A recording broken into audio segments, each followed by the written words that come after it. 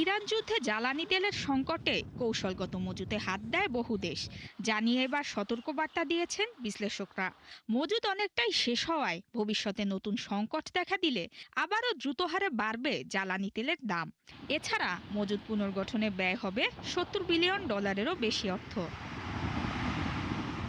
যুদ্ধ শুরুর পর থেকে হরমুজ প্রণালী বন্ধ থাকায় দৈনিক প্রায় 1,40,00,000 ব্যারেল তেল সরবরাহ ব্যাহত হয়, যা প্রতিদিনের বৈশ্বিক চাহিদার 13%-এরও বেশি।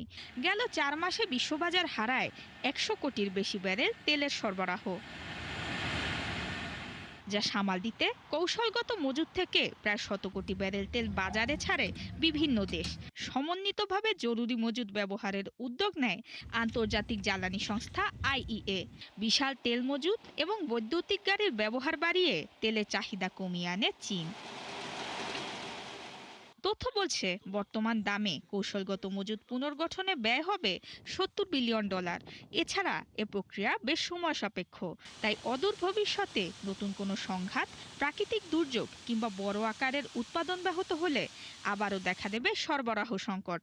এতে আবারও বাড়বে জ্বালানি তেলের দাম, যা উস্কে দেবে বৈশ্বিক মূল্যস্ফীতিকে।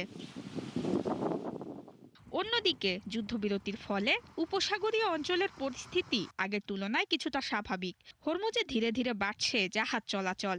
সরবরাহ স্বাভাবিক করতে আগস্ট থেকে দৈনিক 1,88,000 ব্যারেল অতিরিক্ত তেল উৎপাদনের সিদ্ধান্ত নিয়েছে ওপেক প্লাস।